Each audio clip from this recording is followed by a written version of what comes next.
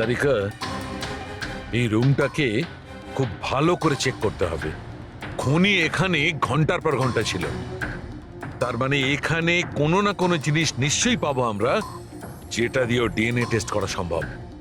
ওর চুল, ওর নখ, যা কিছু।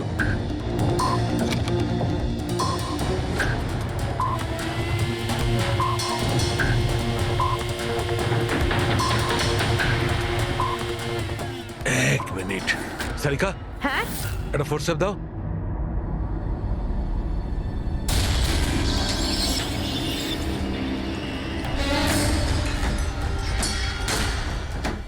মাই গড, সারিকা এই দেখো। Contact lenses. Yes, contact lens. কিন্তু কিন্তু আয়েশার চোখ তো একদম ঠিক ছিল। আমি নিজেও রিপোর্টস চেক করেছি।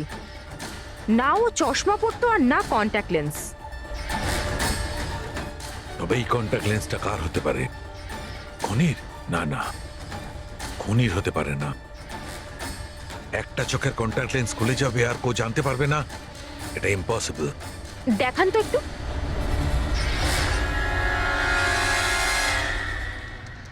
বেশ হাই পাওয়ারের লেন্স। High power lens. কিছু তো আছে এই রুমে।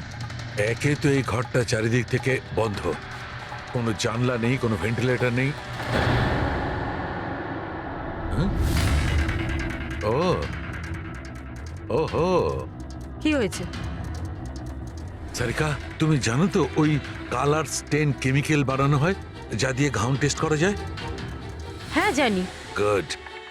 এক কাজ করো, তুমি কালার স্টেন কেমিক্যাল বানাও। খনি এখানে এই ঘরের মধ্যে ঘন্টার পর ঘন্টা ছিল, আর আমাদের অল্প সময়ের মধ্যে এত ঘাম হয়ে গেল। খনির তো খুব ঘাম হয়েছিল।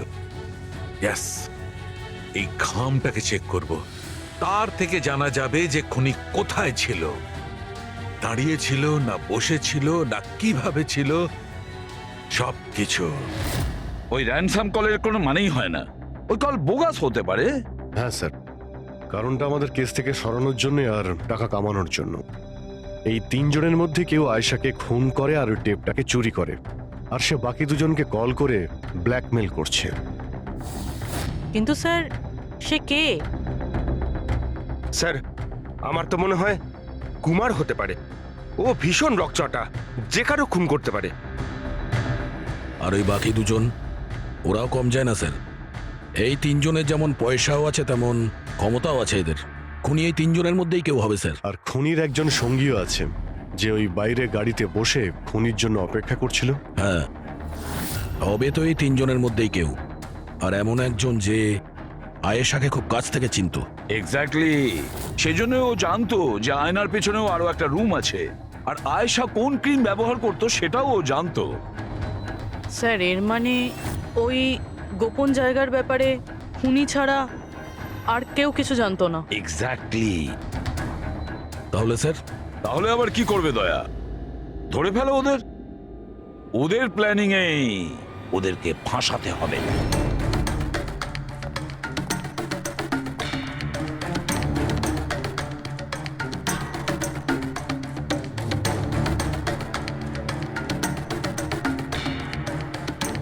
আমাদেরকে এখানে কেন ডাকলো? কোনো আইডিয়া? হয়তো জিজ্ঞেস করার জন্য ডেকেছে, খুনিকে টাকা দিয়েছে কি দিইনি। তাহলে তোমরা দুজন কি টাকা দেবে? তোমাদের কি মনে হয় টাকা দেওয়া ছাড়া আর কোনো উপায় আছে? তা তুমি কি করতে চলেছো ভিকি?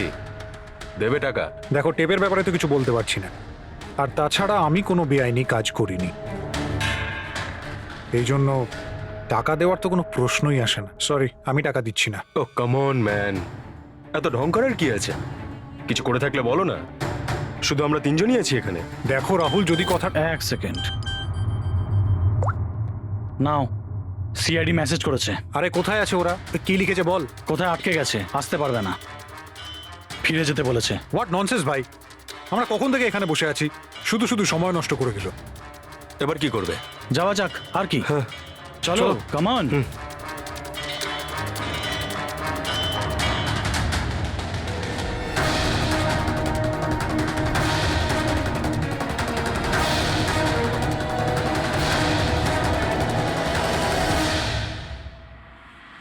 সে?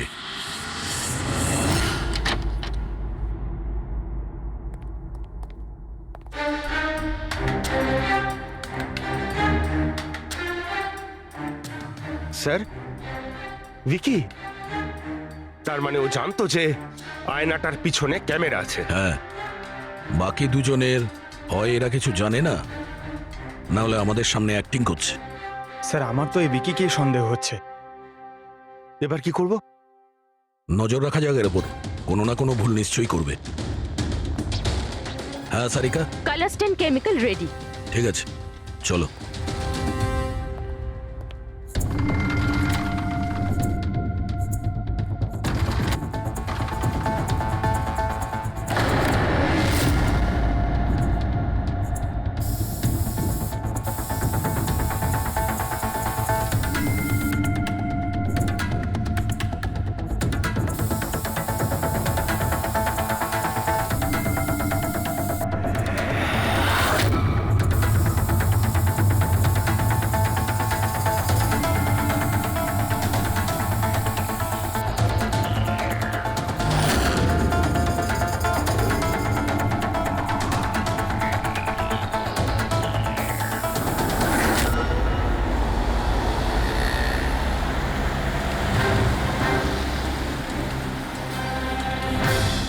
আরে স্যারও যাচ্ছেটা কোথায়? আরে কোথায় আর যাবে পঙ্কজ? বন্ধুদের সাথেই দেখা করতে যাচ্ছে, আবার কি?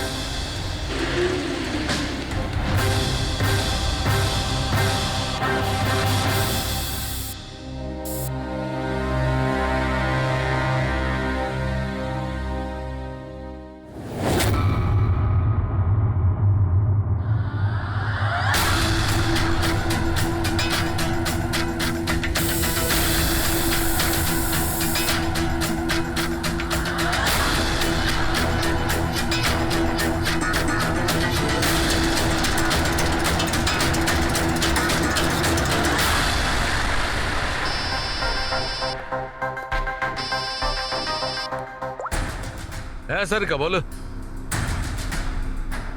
গুড, কিছু পেলে? মেঝেতে? মেঝেতে শুয়েছিল? মেঝেতে কেন? ওকে ওকে, ঠিক আছে সারিকা, আমি তোমাকে পরে ফোন করছি। বাই। ওই দুদিন আগে আমি 1124 লাস্টটা এনেছিলাম। হ্যাঁ স্যার। কোথায় ওটা? ওর মুখটা দেখতে হবে। এই যে স্যার।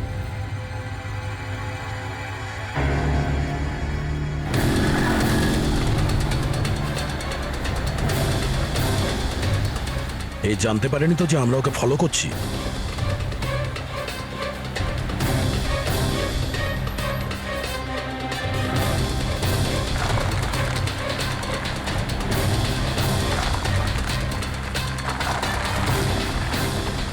স্যার, এটা সত্যি সত্যি বাড়িতে ঢুকে গেল। ভেবেছিলাম ও কোনো বন্ধুর সাথে দেখা করবে। হ্যাঁ অভিজিৎ। কি? ডক্টর সালুকে বলে দিয়েছেন যে খুনি কে? কে? ও হ্যাঁ, আমরা এই ভিকিকে ফলো করতে করতে ওর বাড়ির কাছে পৌঁছে গেছি। ঠিক আছে, আমরা ওয়েট করছি। অভিজিৎ আসছে।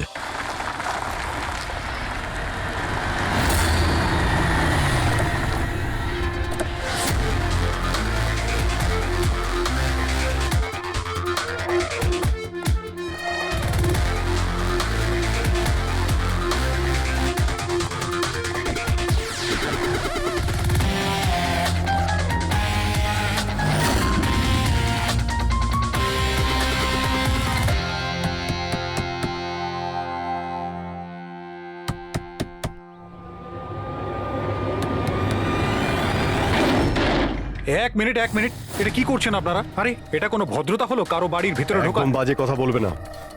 আমরা সত্যিটা জেনে গেছি। কোথায় লুকিয়ে রেখেছো ওকে? দেখুন, আপনি আমার কথা শুনুন, আপনার কোথাও ভুল হচ্ছে। আমি কিচ্ছু করিনি। আমি না আয়েশাকে খুন করেছি আর না এখানে কাউকে লুকিয়ে রেখেছি। আমরা কখন বললাম যে তুমি আয়েশার খুন করেছো? হ্যাঁ, একেই বলে চোরের নজর বোচকার দিকে। দেখুন, আমার কথাটা বোঝার চেষ্টা করুন। আপনারা আমার কথাটা শুনুন, আপনারা আমার কথা কেন শুনছেন না? হ্যালো, আপনারা এইভাবে ভিতরে ঢুকতে পারেন না।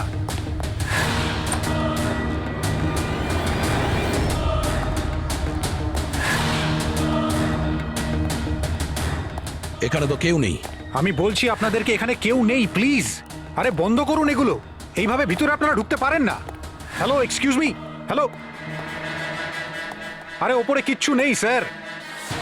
আরে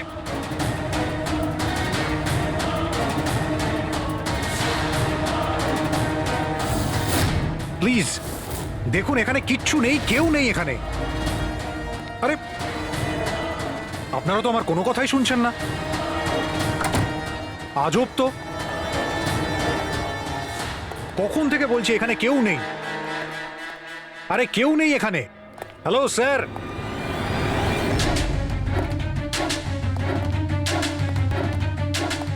দেখুন আমার কথাটা শুনুন প্লিজ, শুনুন। দেখুন দেখুন, আমি আপনাকে বলছি আমি আয়েশাকে খুন করিনি। প্লিজ আমার কথাটা বোঝার চেষ্টা করুন, আমি সত্যি বলছি। আমরা জানি যে তুমি আয়েশাকে খুন করনি। তাহলে আপনারা এখানে কি খুঁজছেন? 1 মিনিট সব জানতে পারবে।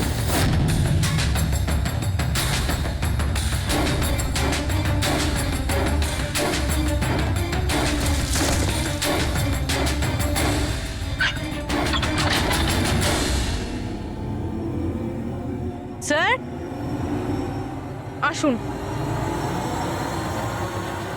আয়েশা দেবী, আপনার খেলা শেষ, চলে আসুন। সালুমকে স্যার আগেই বলে দিয়েছিল তুমি বেঁচে আছো।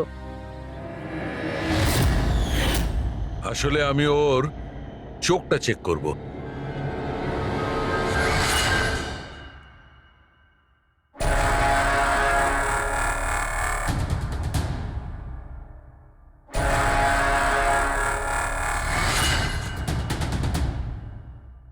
আমি যেটা ভেবেছিলাম সেটাই ঠিক। তুমি আসলে আয়েশা হতেই পারো না।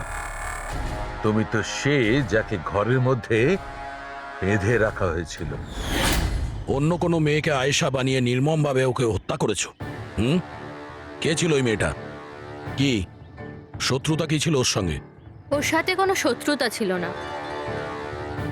আমি শুধু আমার জীবনটাকে বাঁচাতে চেয়েছিলাম।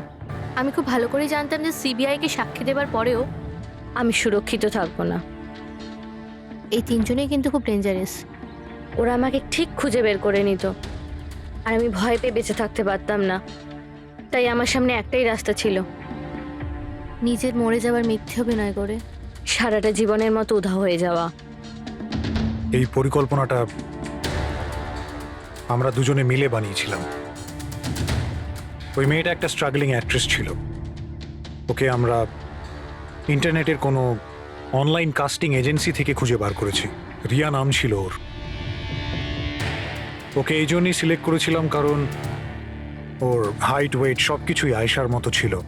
আমরা ওকে মিথ্যে মিটিংয়ের অজুহাতে বাড়িতে ডাকি, আর ওকে অজ্ঞান করে দিই, আর ওকে বেঁধে ওই গুপ্ত রুমে রেখে দিই।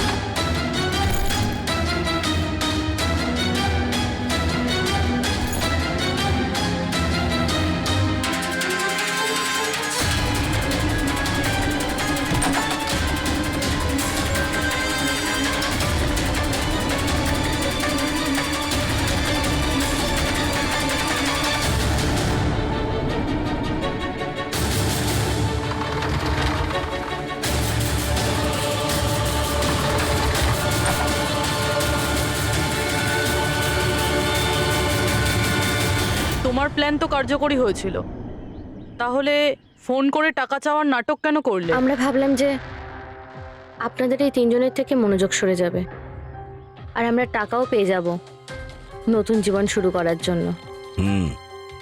প্রয়োজনের থেকে বেশি চালাকি আর লোভ তোমাদের নিজেদের জালেই ফাঁসিয়ে দিয়েছে।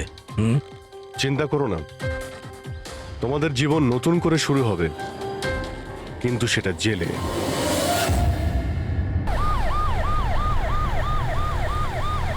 এই মুহূর্তে জানা যাচ্ছে যে গত দুদিন ধরে চলতে থাকা সিবিআই তদন্ত আজ শেষ হয়ে গেছে, আর মিস আয়েশা কিছুক্ষণের মধ্যে পৌঁছে যাবেন তার নিজের এই বাড়িতে। এমনটা মনে করা হচ্ছে যে এই হাই প্রোফাইল কেসে মিস আয়েশা সিবিআই এর জন্য সাক্ষী দিতে রাজি হয়েছেন, তাই ওনাকে ক্ষমা করে দেওয়া হচ্ছে আর ছেড়ে দেওয়া হচ্ছে।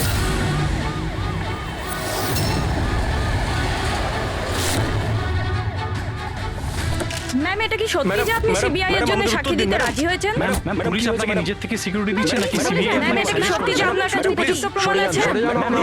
আপনি কোর্টে সাক্ষী দিতে চলেছেন? ম্যাম, সত্যি ইনি হলেন মিস আয়েশা, যিনি এত কড়া নিরাপত্তার মধ্যে নিজের বাড়ির ভিতরে ঢুকে গেলেন কোনো প্রশ্নের উত্তর না দিয়ে।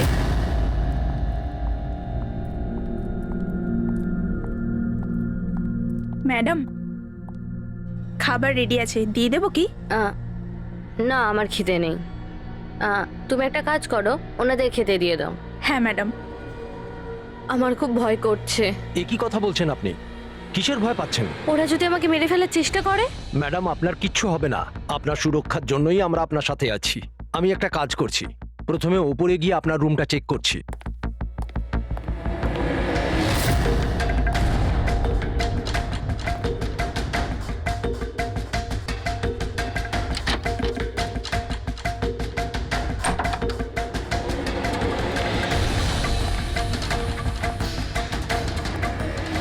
আপনার রুমটা চেক করেছি, সবকিছু ঠিক আছে, আর আপনি গিয়ে রেস্ট নিতে পারেন।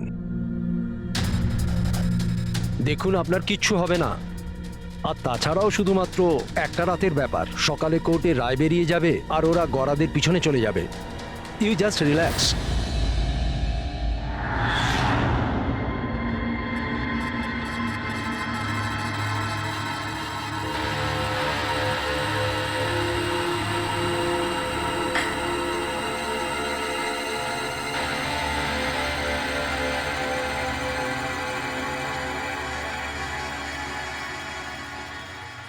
ম্যাডামকে সুরক্ষিত রাখা আমাদের সকলের দায়িত্ব। ওপর থেকে স্ট্রিক্টলি অর্ডার আছে, তাই সারা রাত সাবধানে থেকো। Okay, sir. ঠিক আছে?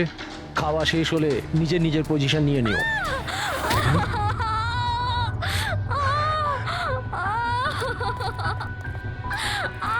ম্যাডাম!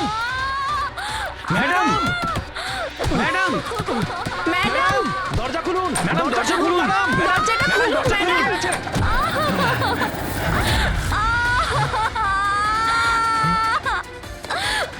ম্যাডাম! ম্যাডাম,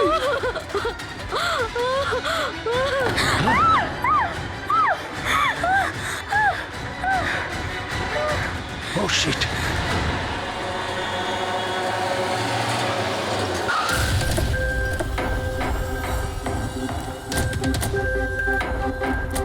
স্যার এক মিনিট, স্যার এক মিনিট। স্যার, জানা যাচ্ছে কোনো দুর্ঘটনা ঘটে গেছে? আপনি বলতে পারবেন এই বাড়িতে ঠিক কি হয়েছে? স্যার, এই কেসটা তো সিবিআই এর কাছে ছিল, তাহলে কি সিআইডি কে হ্যান্ড ওভার করে দেওয়া হলো? দেখুন, এখানে একটা মার্ডার হয়েছে বলেই আমরা এখানে এসেছি। এর থেকে বেশি কিছুই বলতে পারবো না, পরে কথা বলছি। একটু সরে যান। আসুন স্যার।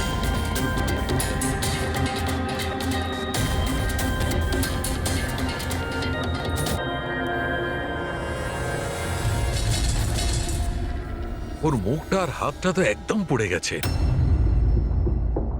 ওরার কোনো চিহ্ন তো এই রুমে আর দেখতেই পাচ্ছি না। দেখে তো মনে হচ্ছে যে অ্যাসিড অ্যাটাক হয়েছে। হ্যাঁ দয়া, অ্যাসিড অ্যাটাক কি হয়েছে? কিন্তু স্যার, কোথাও তো পড়তো, জামা কাপড়ে বা নিচে কোনো অ্যাসিডের চিহ্নই তো নেই। সেটা তো ঠিক। স্যার, স্যার ইনি বাথরুম পড়ে আছেন, মানে স্নান করে বেরিয়েছেন, আর স্নান করার পর উনি এই ক্রিমটা এক লাগিয়েছিল। মিনিট, ওই ক্রিমটায় হাত দেবে না, ওই ক্রিমটাকে চেক করতে হবে।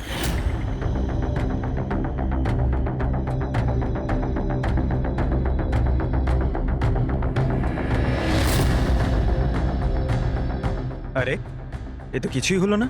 হবে পঙ্কজ, ওয়েট।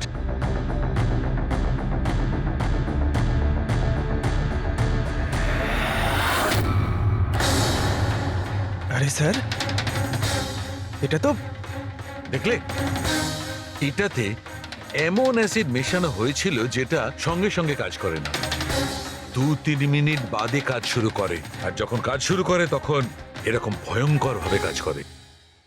স্যার তার মানে স্নান করার পর উনি এই ক্রিমটা লাগিয়েছেন আর সেটার এফেক্ট কিছুক্ষণ পরে হয়েছে। একদম ঠিক। কেউ আসলে একে মারবার জন্যে এর নিজের যে ক্রিম ছিল সেটা এই ক্রিমটার সঙ্গে বদলে দিয়েছে। এটা এটা কি বলছেন আপনারা? কি কি ব্যাপার? আপনি মনে হচ্ছে একটু বেশি ঘাবড়ে গেছেন। হ্যাঁ, কি জানেন আপনি এদের ব্যাপারে? না স্যার, আমি কিছুই জানি না।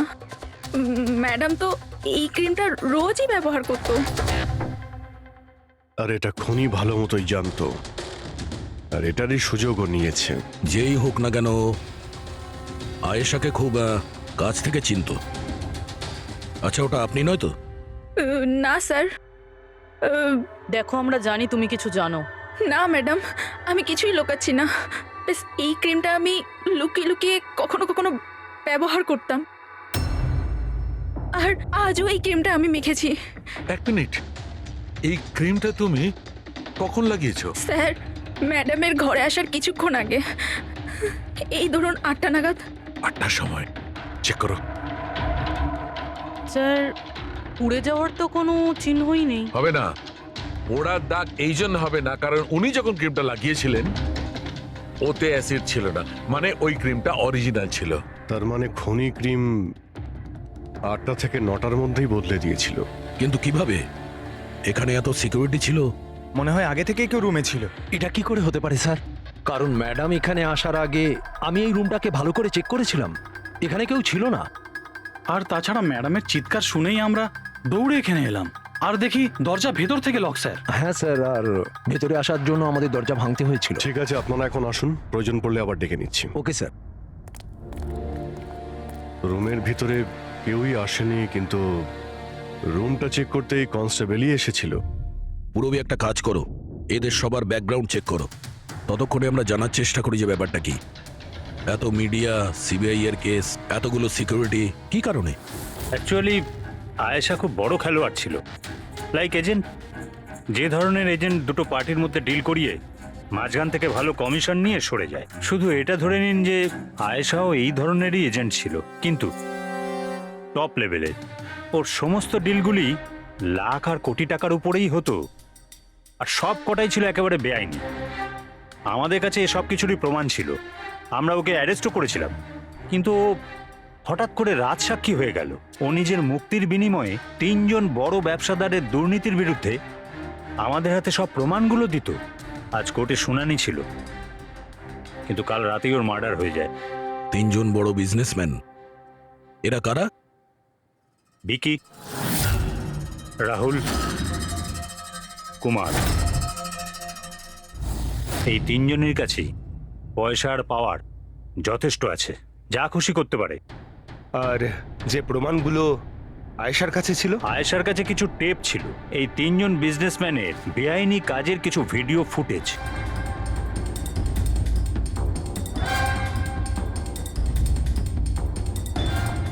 তার মধ্যে কুমারের একটা ক্লিপ আমাদের কাছে আছে। এই দেখো দয়া। চিয়ার্স। টাকাটা কবে ট্রান্সফার করছেন মিস্টার কুমার? ব্যাস, যেই আমাদের কাছে গানস পৌঁছে যাবে আপনার অ্যাকাউন্টে টাকা পৌঁছে যাবে। সেসবের চিন্তা আপনি করবেন না মিস্টার কুমার, ওনাদের কাছে অস্ত্রের তো কোনো খামতিই নেই, এমনিতেই তো পড়ে পড়ে জংই ধরছে। হ্যাঁ, তাছাড়া পাওয়ারে থাকার তো এটাই সুবিধা, তাই না? যখন যেটা মন চায় করে না। আপনি শুধু এই কনসাইনমেন্টটা সম্পূর্ণ করে দিন, আমাদের তো একসঙ্গে অনেক কাজ করতে হবে, তাই না? একদম। আর এটা তো সবে শুরু। আমি যতদিন আছি আপনাদের দুজনকে কোনো চিন্তা করার দরকার নেই। এটা একটা স্যাম্পল দয়া, এটা থেকে কিছু প্রমাণ করা যাবে না। অবশ্য প্রমাণ হিসেবে আয়েশার কাছে দেওয়ার মতো অনেক কিছুই ছিল, কিন্তু ও আমাদের কিছুই দেয়নি। ও চেয়েছিল যে এই সমস্ত প্রমাণগুলো ও কোর্টের হাতে নিজেই দেবে। নিজের নিরাপত্তার বদলে ও আমাদের সামনে এই শর্ত রেখেছিল। বাকি টেপগুলো ছাড়া এই টেপ আমাদের কোনো কাজেই আসবে না। এই টেপ আপনার কাজে না হতে পারে, কিন্তু আমাদের কাজে লাগতে পারে। এই 3 জনকে বিউরোতে ডাকার জন্য যথেষ্ট। যে লেভেল পর্যন্ত এরা পৌঁছেছে, এদের পক্ষে আয়েশার। ভিকি, কালকে কোথায় ছিলে? কাল একটা পার্টিতে ছিলাম। এগুলো ওই লোকগুলোর স্টেটমেন্ট আর সিগনেচার, যারা কাল রাত 9টা থেকে 3টে অবধি আমার ক্লায়েন্টের সাথে ছিল। টাইম তো আমরা জিজ্ঞাসা করিনি। দেখুন, আয়েশার মাথা খারাপ ছিল। ও এমনই মন গড়া গল্পগুলো শোনাতো যাতে ও শাস্তি থেকে বেঁচে যায়। That's it. আয়েশা আপনাকে ঠকিয়েছে, আপনার বিরুদ্ধে সিবিআই এর কাছে প্রমাণ দিয়েছে। রাগ হওয়াটা তো স্বাভাবিক। হ্যাঁ, ভেবেছিলেন খুন করে দেওয়া যাক ওকে? রাগ নয় স্যার, বরং আফসোস হলো ওর ওপর। কারণ ও চাইলেও কিছু করে উঠতে পারতো না স্যার, কারণ ওর করার মতো কিছুই ছিল না। এটা আমার ক্লায়েন্ট রাহুলের অ্যালিবাই। কাল রাত্রে ইনি কিন্তু নিজের বিজনেস পার্টনারদের সাথেই ছিলেন। এর মধ্যে সমস্ত ডিটেলস আছে।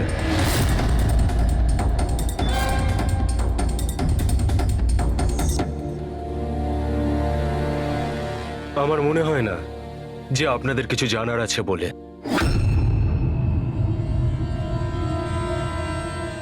আপনারা যেতে পারেন। ধন্যবাদ। মার্ডারের সময় আমার ক্লায়েন্ট ফ্যামিলি ফাংশনে বিজি ছিলেন, আর এই হচ্ছে তার প্রমাণ। মিস আয়েশার কাছে আপনার বিরুদ্ধে প্রমাণ ছিল মিস্টার কুমার।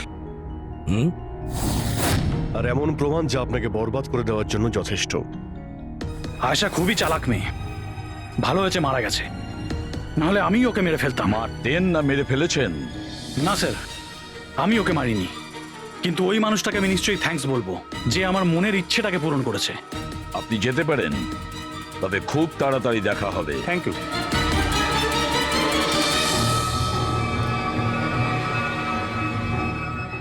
আপাতত আমরা কাউকেই অ্যারেস্ট করতে পারবো না। এখানে সবারই কোনো না কোনো কারণ আছে। স্যার, হ্যাঁ স্যার, স্যার একটা কথা জানা গেছে।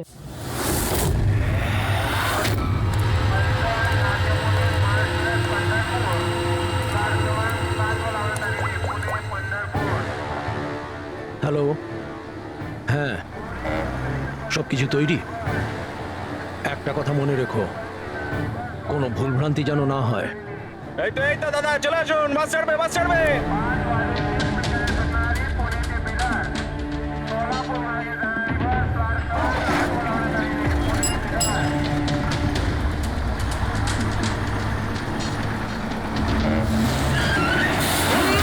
চাপ বাবা।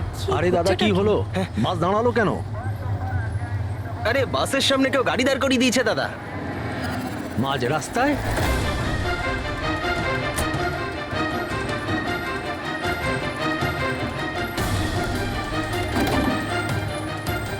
স্যার, আপনারা এখানে?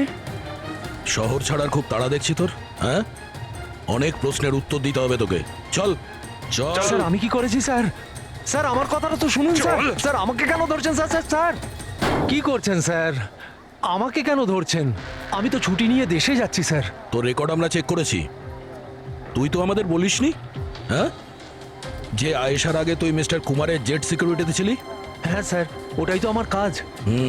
আর আপনি তো জানেন যে সরকার আমাদের যেখানে পাঠায় সেখানে যেতে হয়। তোমার মোবাইলে কুমারের কল একবার নয় 3 বার, আয়েশার মার্ডারের ঠিক আগে। এটাও একটা কাজ। আপনারা ঠিক বলেছেন স্যার। কুমার আমাকে কল করেছিল, ও আয়েশা ম্যাডামের সঙ্গে কথা বলতে চাইছিল, কিন্তু আমি বারণ করেছিলাম স্যার। ও আমাকে টাকার লোভও দেখিয়েছিল, কিন্তু আমি তবুও কথা বলাইনি। প্রথমে 2 বার বারণ করেছিলি তুই, আর তারপর রাজি হয়ে গেলি তুই। হ্যাঁ ম্যাডাম, এই কুমার স্যার আবার ফোন করছেন। হ্যাঁ, আমাকে কোনো বিপদের ব্যাপারে বলতে চাইছে। ফোনটা দাও। এই নিন। হ্যাঁ বলো। আমি জানতে পারলাম তুমি আমার জন্য চিন্তা করছো, কোনো বিপদ থেকে আমাকে উদ্ধার করতে চাইছো। How strange. আমি বলে দিচ্ছি, আমি তোমাকে খুব ভালো মতো চিনি। আর এই সমস্ত কার্যকলাপ না তুমি অন্য কারোর সাথে করো। আর এমনিতেও যদি আমি জেলে যাই, এই টাকাগুলো নিয়ে আমি কি করব? আচার দেবো? এই টাকাটা না তুমি তোমার কাছেই রাখো, এটা তোমারই সাহায্যে লাগবে। কোনো দরকার নেই এই ফোনটা আমাকে দেওয়ার। আমার সাথে গেম খেলার চেষ্টা করে যাচ্ছে, আর তুমি ওকে সাহায্য করছো। আমি কোথায় ম্যাডাম? আপনাকে সাহায্য করছিলাম তো। ঠিক আছে থাক, শুধু এইটুকুনি জেনে রেখো, তুমি যদি ওকে সাহায্য করো না, রক্ষা পাবে না। আমি সিবিআই কে বলে দেবো, যদি আমার কিছু হয় তাহলে সবার প্রথমে তোমাকেই অ্যারেস্ট করবে। তুই গেছিলি না আয়েশার ঘরে ঠিক ওর রুমে ঢোকার আগে? ওর বিউটি ক্রিমটাকে অ্যাসিড ক্রিমে বদলাতে খুব বেশি সময় লাগেনি নিশ্চয়ই, তাই না? এ আপনি কি বলছেন স্যার? আমার কথা বিশ্বাস করুন, আমি সত্যি বলছি। যদি তুই সত্যি কথাও বলিস না, তাহলেও এই কেস যতক্ষণ না সলভ হচ্ছে তুই আমাদের হেফাজতে থাকবি, বুঝলি? এখন চল, নিয়ে চল ওকে, চল চল। আরে স্যার স্যার স্যার স্যার আমি কিছু করিনি স্যার, ছেড়ে দিন স্যার, প্লিজ স্যার। হ্যাঁ পুরবি, বলো। স্যার ওই ফুটেজটা যেটা ও সিবিআই কে পাঠিয়েছে সেটা ওই ঘর থেকেই শুট করা হয়েছে যেখানে ওর খুন হয়েছিল। তার মানে আয়েশার বেডরুমে? হ্যাঁ স্যার, ওরই বেডরুমে। আসলে এই ফুটেজটা 1 বছর আগের, ফার্নিচার বদলানো হয়েছিল তাই বোঝা যাচ্ছিল না। Are you sure? স্যার 100%, এটা সেই ঘরটাই। হ্যাঁ, একটা ভাইটাল ইনফরমেশন দিলে Purabi, thank you so much. Purabi বলল যে আয়েশা মিনিস্টার আর মিস্টার কুমারের স্টিংটা ওই রুমেই করেছে। আর যদি এটাই হয়, ক্যামেরা ওই ঘরেই কোথাও লুকানো আছে, তার মানে ক্যামেরা এখনো ওখানেই আছে।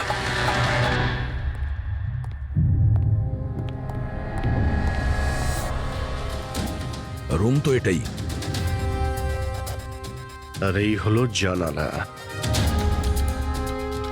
ফুটেজে জানালা রয়েছে, তার মানে এই ফুটেজটা এই দিক থেকেই তোলা হয়েছে। স্যার ফুটেজ অনুযায়ী তো ক্যামেরা এখানে থাকা উচিত। না ভাই, এতটা হাইটে না, ক্যামেরা আই লেভেলে ছিল, আর সেই হিসেব অনুযায়ী এইখানেই কোথাও হওয়া উচিত। আচ্ছা, ওই আয়নার ভিতরে নেই তো? আরে ওই যে আয়নাগুলো থাকে না, যার একদিকে দেখা যায় আর একদিকে দেখা যায় না। ভাই তাহলে তো জানতেই পারা যাবে। কি করে স্যার? তুমি ওই ফিঙ্গার নেল টেস্টের কথা শোনোনি? যে কোনো অচেনা জায়গাতে বা ট্রায়াল রুমে ড্রেস চেঞ্জ করার আগে এই টেস্ট করে নেওয়া উচিত, ফিঙ্গার নেল টেস্ট। তোমার যে নখ রয়েছে সেটা তুমি কাঁচের মধ্যে লাগাও, আর তোমার রিফ্লেকশনে যে নখ আছে আর তোমার যে নখ রয়েছে তার মধ্যে যদি গ্যাপ থাকে তাহলে সেটা আসল, আর যদি গ্যাপ না থাকে তাহলে সেটা নকল ওয়ান ওয়ে। যেমন এই মিররটা, এটা ওয়ান ওয়ে মিরর। যদি মিররটা ওয়ান ওয়ে হয় তাহলে তো এর পেছনে জায়গা থাকার কথা।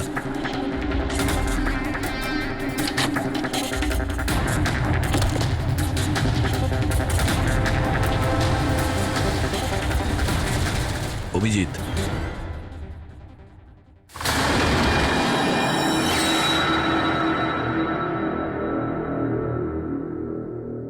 এখানে তো পুরো ফিল্মের সেটআপ লাগানো রয়েছে। এসডি কার্ড তো নেই স্যার। হ্যাঁ,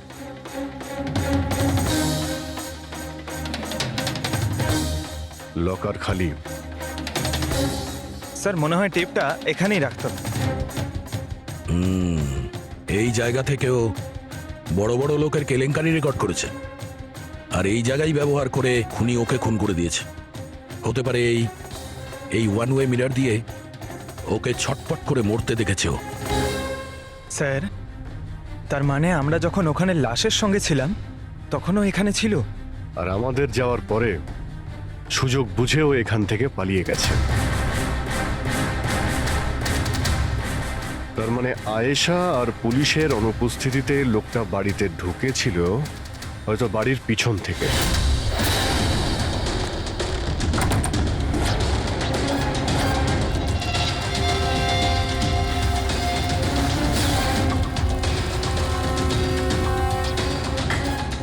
ও আয়েশার বিউটি ক্রিমটাকে সরিয়ে বিষাক্ত ক্রিমটা রেখে দেয়, আর তারপর ভিতরে ঢুকে বসে থাকে। তার মানে ও চোখের সামনে আয়েশা ওই ক্রিমটা লাগিয়েছে, আর একটু বাদে ছটফট করতে করতে মরে গেছে। তারপর পুলিশ আর রাখি এখানে আসে, তখনও ভেতরে ছিল। তারপর আমরা এখানে এসেছি, তখনও ভেতরে ছিল। তারপর রাত্রে সুযোগ পেতেই ও টেপগুলো নিয়ে এখান থেকে পালিয়ে গেছে, মনে হচ্ছে ওই রাস্তা দিয়েই। কিন্তু স্যার মেইন গেটে তো পুলিশ দাঁড়িয়ে ছিল, ও মনে হয় পেছন থেকেই পালিয়েছে। এমন তো কিছু নয় স্যার, কিন্তু হ্যাঁ স্যার, প্রায় ধরুন মাঝরাতের দিকে গাড়ির চাকার এরকমই একটা আওয়াজ শুনতে পেয়েছিলাম। শব্দটা কোথা থেকে হয়েছিল মনে আছে তোমার? এই তো স্যার, এই পেছনের দিক থেকে, কিন্তু একবারই পেয়েছিলাম স্যার, আর দ্বিতীয়বার শুনিনি স্যার। ঠিক আছে, থ্যাংক ইউ।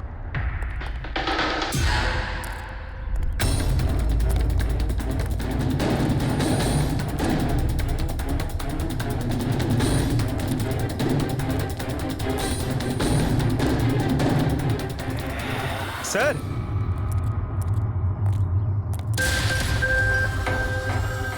স্যার টায়ারের ঘষার চিহ্ন তো রয়েছে এখানে।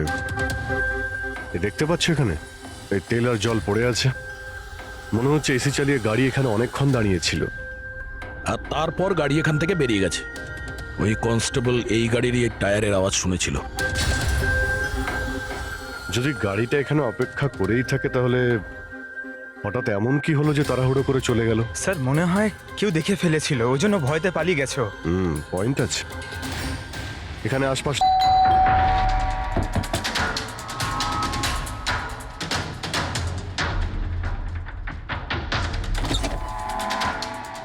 নমস্কার। নমস্কার। নমস্কার, আমরা সিআইডি অফিসার্স। সিআইডি? ম্যাম, কালকে রাত্রে আপনি এখানে কিছু কিছু অদ্ভুত দেখেছিলেন বা শুনেছিলেন, এমন কিছু যা আগে কখনো ঘটেনি? হ্যাঁ, দেখে তো ছিলাম। অনেক রাত পর্যন্ত আমি ঘুমোতে পারিনি। আর রাতে আমি দেখলাম বাড়ির সামনে একটা বড় গাড়ি পার্ক করা আছে, কিন্তু ওটা আমাদের সোসাইটির কারণ নয়। অনেক রাত পর্যন্ত গাড়িটা কিন্তু ওখানেই ছিল। কোন গাড়ি ছিল আপনার মনে আছে কিছু? দেখুন, গাড়ির ব্যাপারে তো আমি বিশেষ কিছু তো জানি না, কিন্তু ওটা HX9 ছিল, কারণ আমার ছেলের কাছেও ওই একই গাড়ি আছে। I see. আরও একটা কথা, যতক্ষণ ওই গাড়িটা ওখানে দাঁড়িয়ে ছিল না, গাড়ির ইঞ্জিনটা চালুই ছিল আর ভিতরে একজন বসেও ছিল। আমি এটা দেখছিলাম আর তখনই ওখানে কাউকে একটা আসতে দেখলাম আমাদের আয়েশার বাড়ির দিক থেকে। ওর হাতে কিন্তু একটা ব্যাগও ছিল। আরে এই যে, কে ওখানে? গাড়িটা তো চলে গেল, কিন্তু এটা বুঝতে পারলাম না যে ওরা কারা ছিল, কেন এসেছিল, আর ওরা আয়েশার বাড়িতেই বা কি করছিল। Thank you ma'am, thank you very much. Thank you. Sir, তার মানে খুনির সঙ্গে আর একটা লোক ছিল যে গাড়িতে বসে অপেক্ষা করছিল। লাখ টাকার গাড়ি ছিল। কি মনে হচ্ছে কে হতে পারে? সন্দেহের তালিকা এখন ওই তিনজনই রয়েছে। আরটিও থেকে খোঁজ নিয়ে দেখি এই গাড়িটা এই তিনজনের মধ্যে কার কাছে রয়েছে। স্যার, এই ধরনের দামি গাড়ি তিনজনের কাছে আছে। কি? হ্যাঁ স্যার, খুবই শৌখিন লোক, এক একজনের কাছে অনেক গাড়ি আছে। তাহলে এই তিনজনের মধ্যে ওই গাড়িটা কার আছে কি করে জানতে পারবো? তাও সিচুয়েশন অনুযায়ী খুনি এই তিনজনের মধ্যে কেউ মনে হচ্ছে। না স্যার, আমরা তিনজন এই খুনের ব্যাপারে কিচ্ছু জানি না। আপনারা এখানে কেন? স্যার, আয়েশা জীবনকালে তো আমাদের বাঁচা দুষ্কর করেই দিয়েছিল, এখন মরার পরেও আমাদের বাঁচা দুষ্কর করে দিচ্ছে। তার মানে? স্যার, আয়সার খুনি ও আমাদের প্রত্যেককে ফোন করে 25 কোটি টাকা করে চেয়েছে, তাও আবার 24 ঘন্টার মধ্যে। আর হুমকি দিয়েছে আমরা যদি না দিই তাহলে ও আমাদের টেপ লিক করে দেবে। এর মানে হচ্ছে আমাদের মার্ডারের সঙ্গে কোনো সম্পর্ক নেই। ওই গলাটাকে চিনতে পেরেছেন? না স্যার, আমি চিনতে পারিনি। আপনারা শুনে নিন, আমি কলটা রেকর্ড করেছি। আয়েশাকে আমি খুন করেছি, আর ওই টেপসগুলো আমার কাছেই আছে। ওই টেপসগুলোর মধ্যে যা প্রমাণ আছে তোমাদেরকে সারা জীবন জেলে রাখার জন্য যথেষ্ট। 24 ঘন্টার মধ্যে কেম্যান ল্যান্ড ব্যাংকের অ্যাকাউন্ট নাম্বার 23122-তে 25 কোটি টাকা জমা করে দিন, না হলে এই প্রমাণটা পুরো দুনিয়া দেখবে। তোমাদের কাছে 24 ঘন্টা আছে, ভেবে নাও কি করবে। ওকে ট্রেস করো, দেখো কোথা থেকে ফোন এসেছে, কে ফোন করেছিল, দেখো কোনো ডিটেলস পাওয়া যায় কিনা। ওই যে ও অ্যাকাউন্ট নাম্বার দিয়েছে, ওটা দিয়ে হয়তো জানা যেতে পারে। না, ইন্টারন্যাশনাল ব্যাংক স্যার, কোনো ডিটেল দেবে না ওরা। হ্যাঁ, কথাটা ঠিকই। স্যার, হ্যাঁ, ইন্টারন্যাশনাল কল ট্রেস করতে পারছি না। তার মানে কিছুই হবে না? ওই বদমাসকে 25 কোটি টাকা দিতেই হবে? না, কেন দেবেন 25 কোটি টাকা ওই বদমাস লোকটাকে? হ্যাঁ, আর কেন দেবেন যেখানে আপনারা কিছু করেনই নি?